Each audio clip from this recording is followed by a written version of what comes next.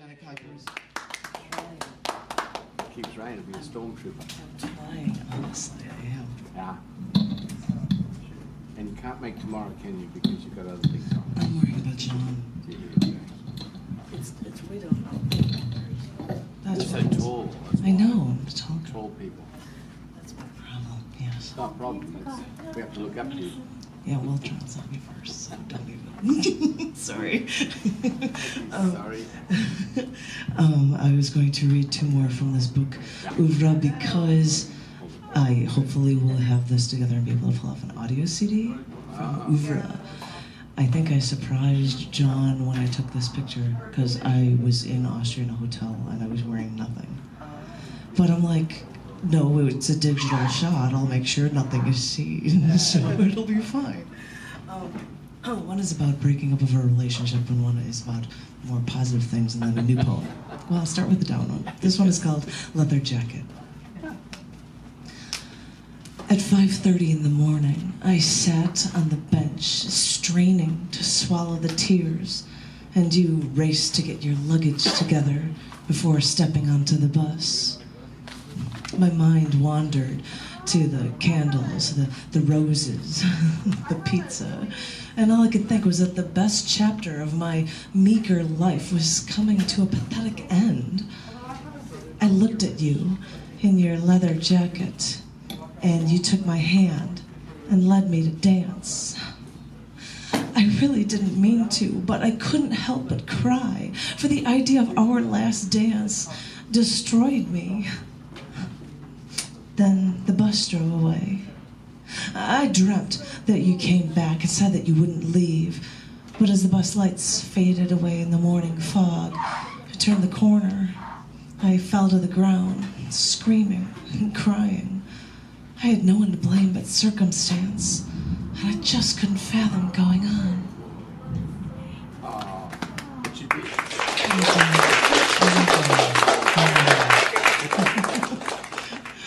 I dealt with a lot worse since then, trust me. This one's a more upbeat. This one's a short one called The Joshua Tree. The Joshua Tree is a tree with long branches said to point toward the promised land.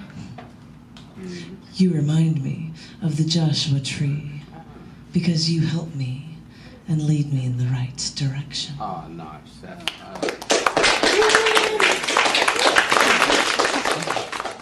This is a poem I wrote yesterday because I read news of a peace protester imprisoned who died in prison.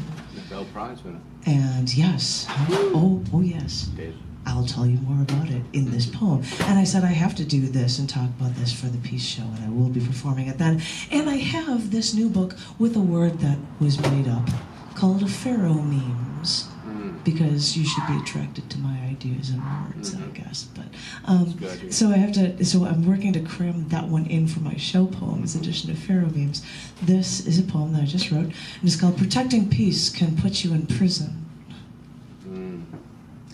The first Nobel Peace Prize was granted in 1901. The first Nobel Peace Laureate to die in prison was Karl von Ossietzky, detained by Nazi Germany. He died in prison in 1938. But there's a new death. Do not fret, because it seems that peace can be squashed in any millennia. Do you remember the Tiananmen Square riots back in 1989? Or at least the iconic photo of a student in front of a tank? Well, the students didn't battle the Chinese government on their own and win. They had help from Liu Xiaobo, a man for peace, was revered for his work. But the Chinese government stopped him in 2008 because he was drafting and promoting a manifesto promoting peaceful political change.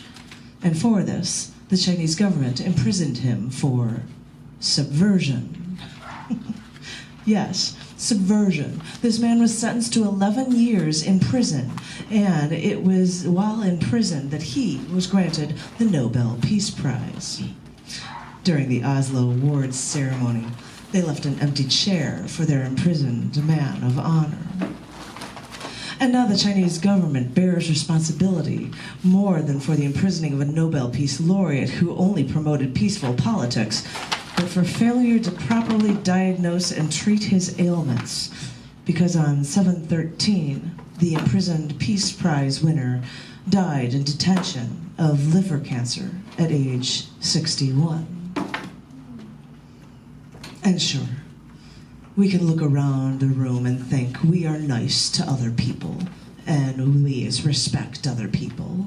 And we may think, as we look around, that other people feel the same way toward us. And it's wonderful to surround yourself with people like you, who think like you, who cushion you from anyone who may think differently. Because when you stay in your bubble, everything seems fine. But it's only when we see those who choose to fight, those who are trounced upon and downtrodden only because they support a peaceful coexistence, that staying with supporters is seldom the solution. Peace with ones you choose to know is one thing. Peace with a mortal enemy is another, when others decide that you were at fault for some unknown reason. So maybe the key to promoting peace is not to share your ideas with those like-minded souls you're near, but to find the people least like you, religiously, racially, politically, and just extend your hand in peace, and then see who will take your hand.